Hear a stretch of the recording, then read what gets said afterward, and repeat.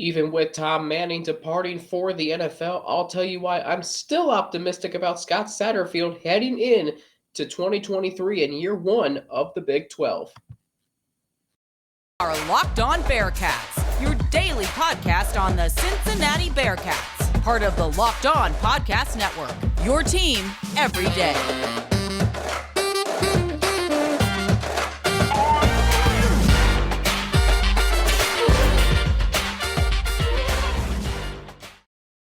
Thank you very much for making Locked On Bearcats your first listen every day. It's free and available everywhere you get your podcasts, including right here on YouTube. Don't forget to subscribe to our Locked On Bearcats YouTube channel and follow it to get an alert every time we drop a new episode. My name's Alex Frank, your host each and every day here on the Locked On Bearcats, part of the Locked On Podcast Network, your team every day. So the big news, Tom Manning, the Bearcats offensive coordinator, has departed for the Indianapolis Colts. He will be the tight ends coach under new head coach Shane Steichen. This is not the end of the world. I know a lot of you might be frustrated. A lot of you might be anxious. A lot of you might be uncertain about what's going to happen at offensive coordinator. But I'm here to tell you that you should still be optimistic about Scott Satterfield. Why? The silver lining here is Scott Satterfield is the one calling the plays. Tom Manning was just going to be a part of the collaborative effort to call plays. So, yes, the Bearcats right now do not have an offensive coordinator, but they still have their offensive play caller. And while it, again, might be frustrating that Tom Manning gets hired and then ultimately is leaving, it is a surprise, but I think it's more that as opposed to it being frustrating. You want to know who's going to be the offensive coordinator. I want to know who's going to be the offensive coordinator. But when the NFL comes calling, Dan Hoard brought this up in an interview he did on the play-by-play cast hosted by a good friend of mine, Joe Godet. And he said when the NFL comes calling, you take the job. It doesn't matter what it is. Tight ends coach, or in Dan Hoard's case, the play-by-play announcer for the Cincinnati Bengals. When the opportunity comes to coach in the NFL, any coach is going to take that. And Tom Manning did. Tom Manning has coached in the NFL before. He knows it pays more money than a college coach. And he doesn't have to recruit. Now, let's look at this from a Bearcats perspective. Obviously, he's now the Bearcats' former offensive coordinator. He was the offensive coordinator not even until spring practice started. So there is now a gaping hole on the coaching staff. But whoever is the offensive coordinator, keep in mind, he's not going to be the one calling the plays. And think about the Kansas City Chiefs, for instance. And again, I'm giving you these because the situation that we are in as fans and the Bearcats are in as a program, it could be a lot worse. The Kansas City Chiefs just lost their offensive coordinator, Eric Bieniemy. Andy Reid is their play caller. The Chiefs lost their offensive coordinator. Or now I'm thinking Eric Bieniemy may have called plays, but Andy Reid was at least the play caller for the first part of Eric Bieniemy's tenure as offensive coordinator. So the Chiefs, I think, are still going to be just fine without Bieniemy. They still have Patrick Mahomes. They still have Andy Reid. Nick Saban fired his offensive coordinator before the national championship. Alabama lost the game, but Nick Saban had the guts to fire his offensive coordinator before the national championship. The national championship. Cliff Kingsbury took the offensive coordinator job at USC and resigned 1 month in and then took the job with the Arizona Cardinals. Tom Manning just left because he was offered a job. That's all it is. He left because he was offered a job in the NFL. If you were in his shoes, you would probably do the same thing. It's easy to criticize someone or to get frustrated or to have anxiety or uncertainty about where this is going to go. I don't know where it's going to go. I'm talking with several of my colleagues on the Bearcats beat today or yesterday before I recorded this episode, what they think is going to happen. Russ thinks the Bearcats will have an offensive coordinator by the time the Bearcats play Temple on the hardwood Wednesday night. The Bearcats are going to have an offensive coordinator in place by the time they take the field for spring practice. Without a source, I can assure you of that. They will. This is a good thing if you're the Cincinnati Bearcats, actually. You're at the Power 5 level. Welcome to Power 5 turnover. NFL teams look at Power 5 coaches. Why? More recognition, high caliber and quality. NFL teams see what the Bearcats have done. College and pro games are now similar. The NFL, over the last 10 plus years, has really done a great job. NFL teams and coaching staffs have done a great job of adjusting their offenses to concepts that you see at the college level. And that's why quarterbacks like Patrick Mahomes and Justin Herbert and Lamar Jackson and maybe Justin Fields, Trevor Lawrence, Joe Burrow, although he played in the SEC, which runs pro-style offense, that's why you're seeing quarterbacks able to come in, win the starting job right away, and not only that, but be successful. The NFL and college football are more similar offensively than they were 10 years ago. That's why you're seeing more draft picks hit Josh Allen, for example. That's why you're seeing quarterbacks like those that I mentioned hit at the NFL level, because they are going to the next level, but NFL teams have offensive concepts that are similar to college. Now, back to Cincinnati. This is going to happen again. You're going to have NFL teams, for instance, even other Power 5 teams, see what the Bearcats have done, and they're going to lure assistant coaches from the coaching staff. The Bearcats just lost their inside linebackers coach to become the new defensive coordinator at Miami, Florida. Stuff like this is going to happen. But keep in mind, sorry, I have allergies. Weather is terrible. I shouldn't say terrible, but I have bad allergies. So bear with me here. Sorry if I sniffle a lot on this episode. As long as this role gets filled before spring practice starts in 2 weeks, everything's going to be fine. Yes, you're uncertain about who the offensive coordinator is going to be, but understand that Scott Satterfield has nailed a lot of his assistant coaching hires, including Brian Brown, defensive coordinator, Kerry Combs retaining him, Walter Stewart retaining him. The only question I have is, how does this impact the quarterback? There's so much unknown here because we really don't know who the starting quarterback is going to be. I'm thinking about this all yesterday. Let's start with Evan Prater. And I know a lot of you might be getting sick and tired of me talking about Evan Prater. I'm running long on this segment. But Evan Prater, keep in mind, is going to be on his fourth offensive coordinator since he came to the University of Cincinnati. Mike Denbrock, Gino Guidugli, Tom Manning, and whoever is hired as offensive coordinator now. This will be his third offensive coordinator in the last 3 months. How are you supposed to function? How are you supposed to learn an offense? And Evan Prater, who came in with all this pedigree and accolades, say what you want about his struggles in the last 2 games of last season. Those were not under ideal circumstances, and now he is going to face more change. You can't function when you have change constantly within a program or organization. Great ones can adapt, and I'm really interested to see, and it's going to be fascinating to watch over these next few months, spring and summer, how Evan Prater adapts to the change at offensive coordinator position yet again. How does this impact a guy like Emory Jones? Dual threat quarterback. He's played under multiple offensive coordinators. He has more experience than Evan Prater. Does he seamlessly adapt? We'll find out. What about a guy like Ben Bryant, who's played under multiple offensive coordinators? Does he adapt seamlessly? Does this give him a better chance to become the starter? Spoiler alert, I don't think so. But what I do think is the older guys who have more experience starting are going to adapt. How does Brady Drogosh handle this? This will be Brady Drogosh's first offensive coordinator. That doesn't really strike to me as much of a worry as for Evan Prater, who has little experience and now is going to have to learn a complete new system all over again. So again, I'm optimistic still about the Scott Satterfield era. But it's understandable if you have, again, anxiety and uncertainty. I understand that. But I am also going to warn you.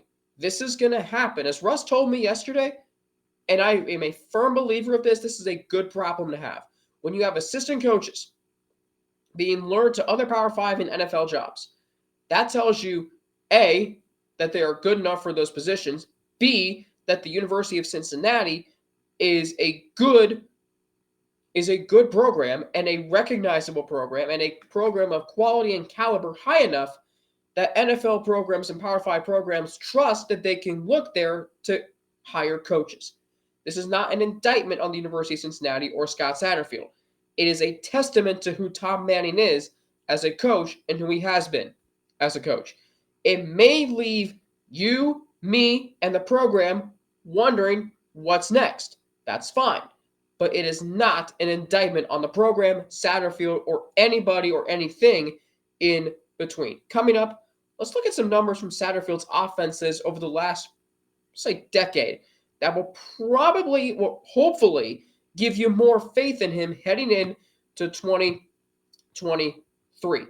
I will explain all of that after I tell you how this episode of Locked On Bearcats is brought to you by Built Bar. Are you looking for a delicious treat but don't want all of the fat and calories? Then you gotta try a Built Bar. We just got through the holidays, and I know my goal is to eat a little healthier this year.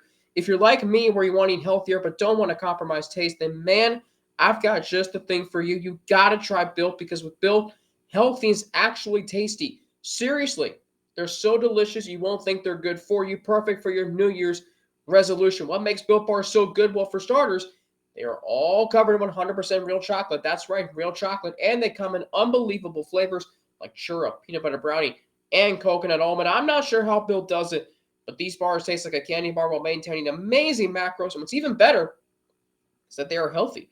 Only 130 calories and 4 grams of sugar with a whopping 17 grams of protein. And now you don't need to wait around to get a box. For years, we've been talking about ordering your Built Bars at Built.com. Now, you can get them at your local Walmart or Sam's Club. That's right. Head to your nearest Walmart today, walk to the pharmacy section, and grab yourself a box of Built Bars. You can pick up a 4-bar box of cookies and cream, double chocolate, or coconut puffs. If you're close to Sam's Club, run in and grab a 13-bar box with our hit flavors, brownie batter and churro. You can thank me later.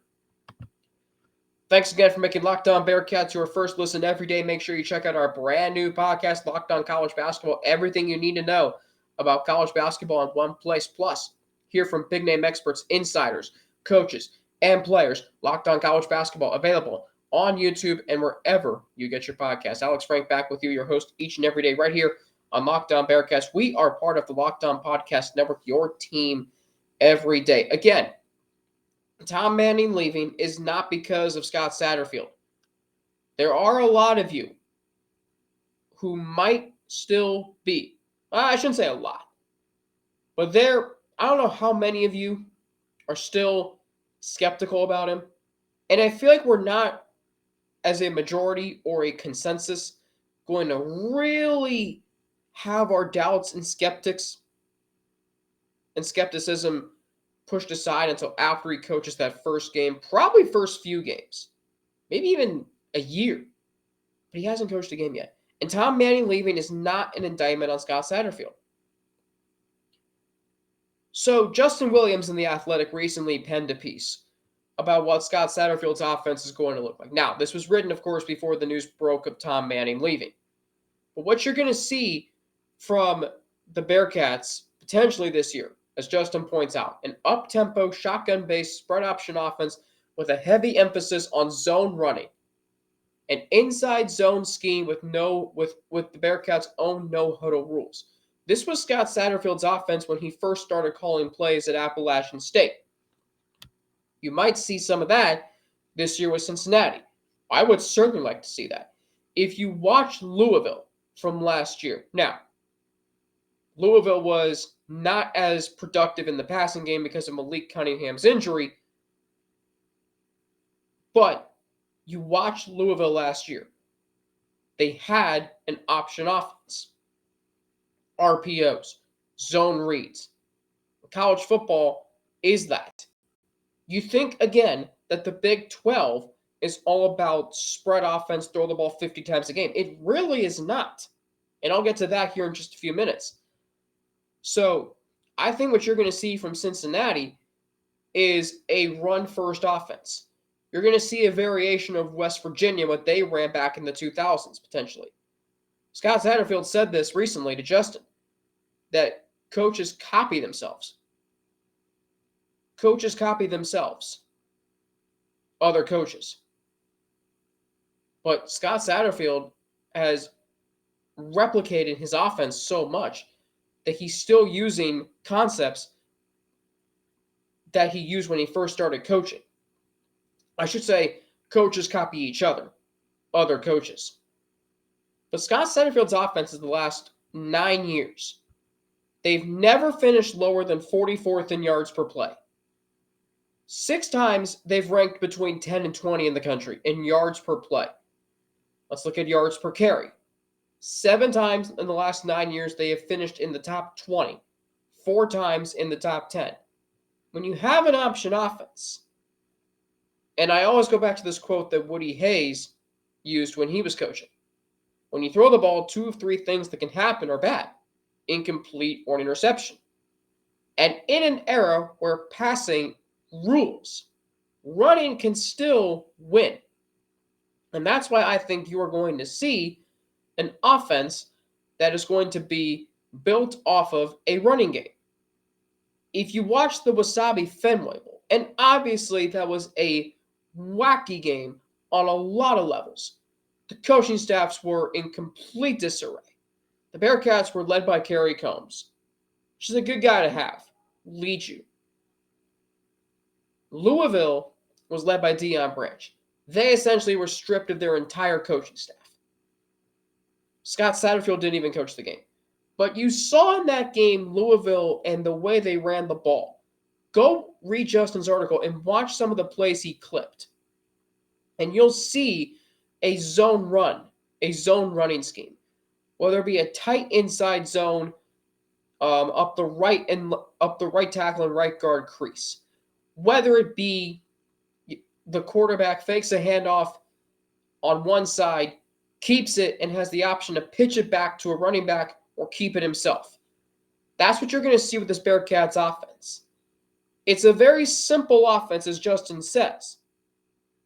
But what it does is it's going to make the defense guess where the ball is going.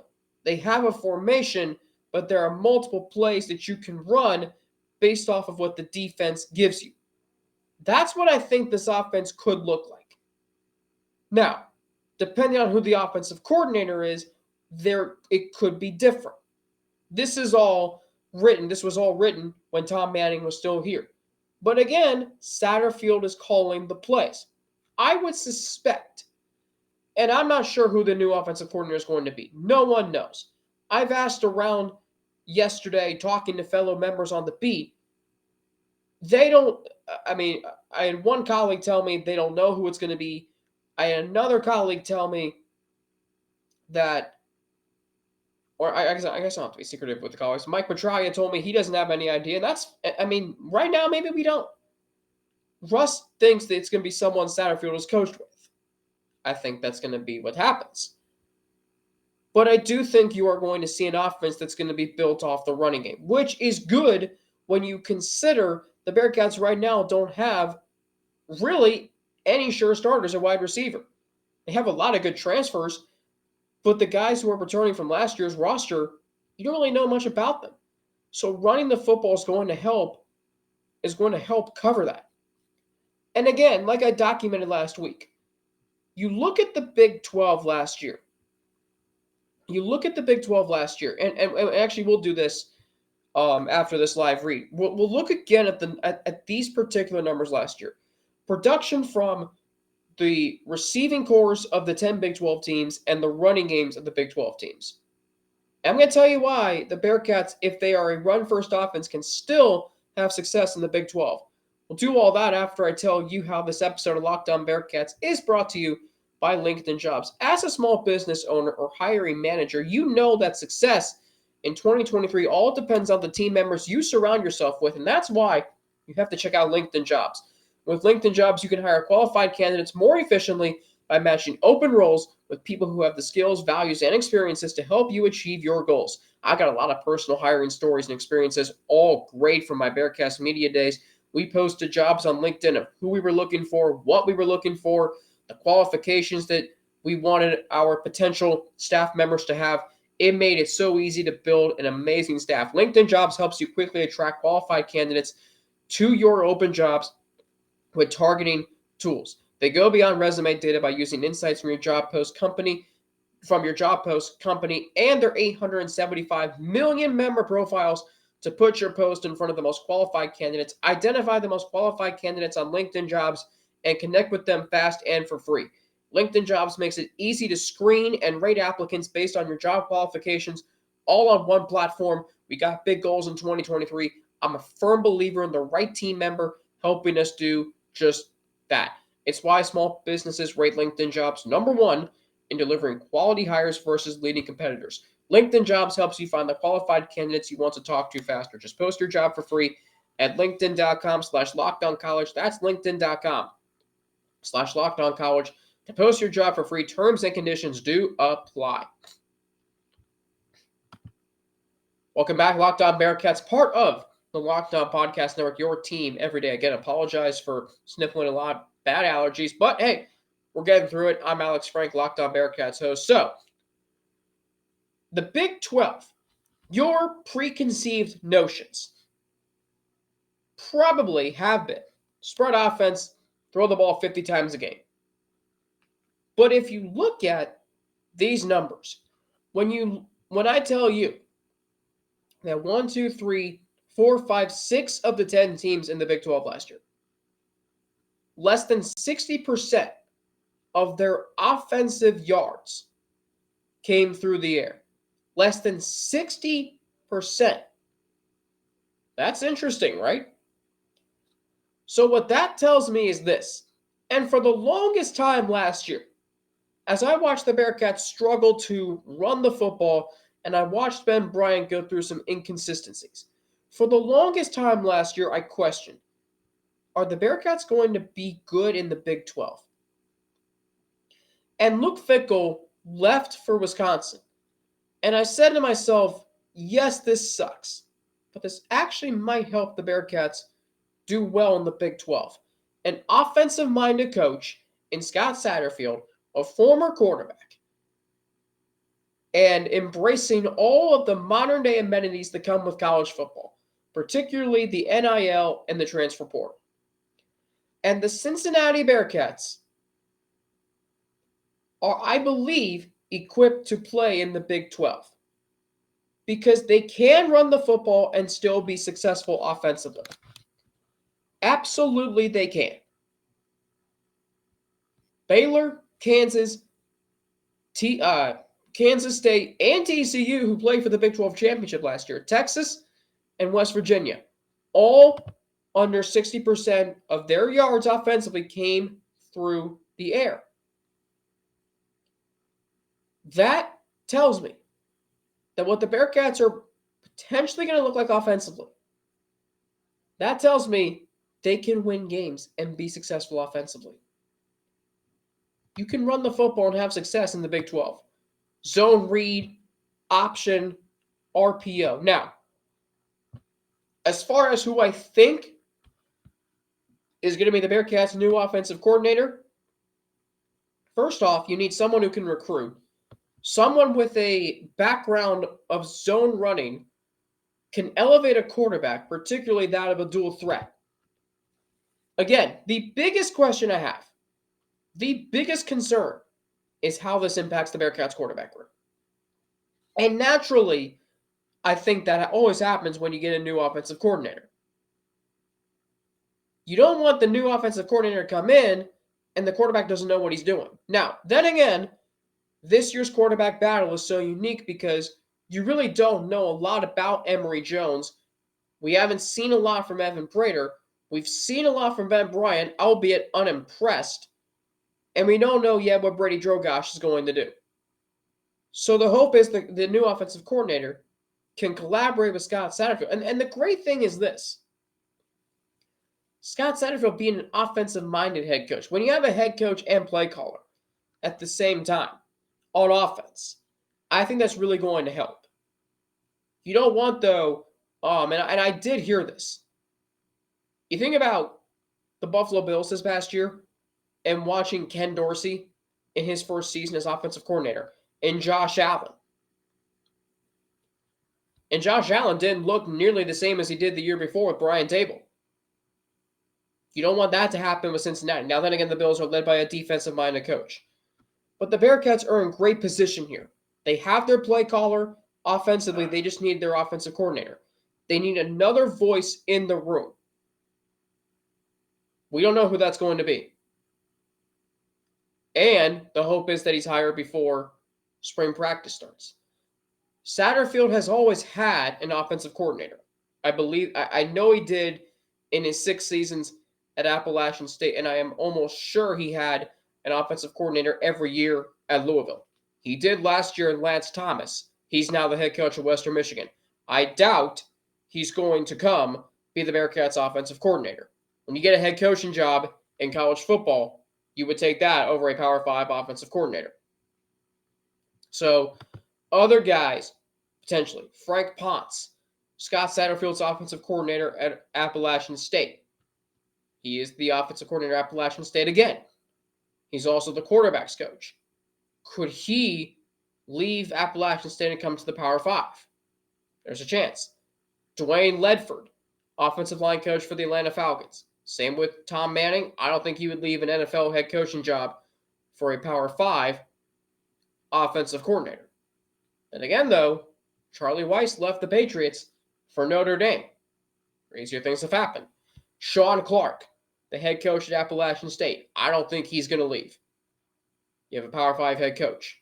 A college football head coaching job. Other names. Could Scott Satterfield go in-house? I was talking to Russ yesterday. He doesn't think that's the case. I'm not ruling it out. Darrell Sims, running backs coach. Pete Thomas, quarterbacks coach. Do you think that could happen? I'm not ruling it out. Billy Kosh, the offensive coordinator of Western Michigan under Lance Thomas. And then, just like the Bearcats went after Tom Manning the first time under Scott Satterfield for their offensive coordinator role, are there any current Big 12 offensive coordinators who could be hired? If you look at the 6 teams in the Big 12 that had more than 40% of their total yards come on the ground, Jeff Grimes of Baylor, Andy Koltonicki of Kansas. Sorry if I mispronounced that name. Colin Klein from Kansas State. Highly unlikely he leaves being a K-State alum. Kendall Briles and A.J. Ricker, co-offensive coordinators at TCU. Kyle Flood at Texas. Chad Scott at West Virginia. Any name from those names, could the Bearcats go after them? This all remains to be seen. But the big thing to remember is this is not an indictment on Scott Satterfield. This is a testament to the coach, a testament to the program that the University of Cincinnati has become, and that this is a good problem to have. And it's not going to be the last time you see something like this. Does that mean Brian Brown is next? I don't know. I don't necessarily think so. But then again, we didn't think Tom Manning was going to leave. But hey, this gives me something to talk about with you. And if you have any anxiety or uncertainty, that's totally fine. We are still over 6 months away from the first game of the season. Spring ball hasn't even started. Give Scott Satterfield a chance. I gave you the numbers. I also told you why this is not an indictment on him, Tom Manning leaving. This happens. And if you were in Tom Manning's shoes, you probably would do the same thing.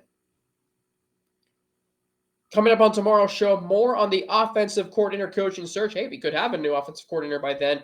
We'll also look back on the Bearcats win Sunday at UCF, why it was a complete 180 from the game at ECU on Wednesday night, and we'll look ahead to tomorrow night's game against the Temple Owls. A programming note, Russ and I are going to do our live room Thursday at 12:30. So normally it's Wednesday at 12:30. We're going to push it to Thursday with the game tomorrow night so we can talk about the game with you.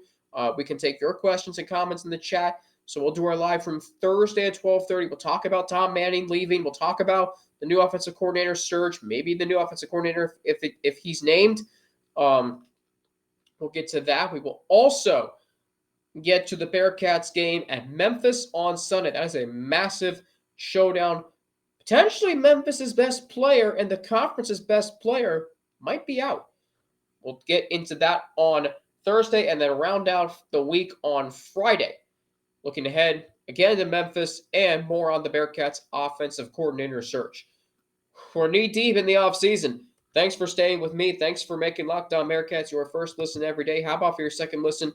Check out our brand new podcast, Locked On College Basketball. Experts Isaac Shade and Andy Patton bring you everything you need to know on and off the court. Plus, hear from big-name experts, coaches, and players throughout the basketball landscape.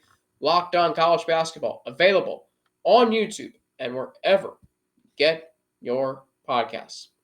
I'm on Twitter at Frankie_90 with 2 N's and an ATI. Instagram, AlexFrankNet_ and email, alex3frank@gmail.com. For Locked On Bearcats, I'm Alex Frank. Have a great rest of your day, and I'll be back with you tomorrow right here on Locked On Bearcats, part of the Locked On Podcast Network, your team every day.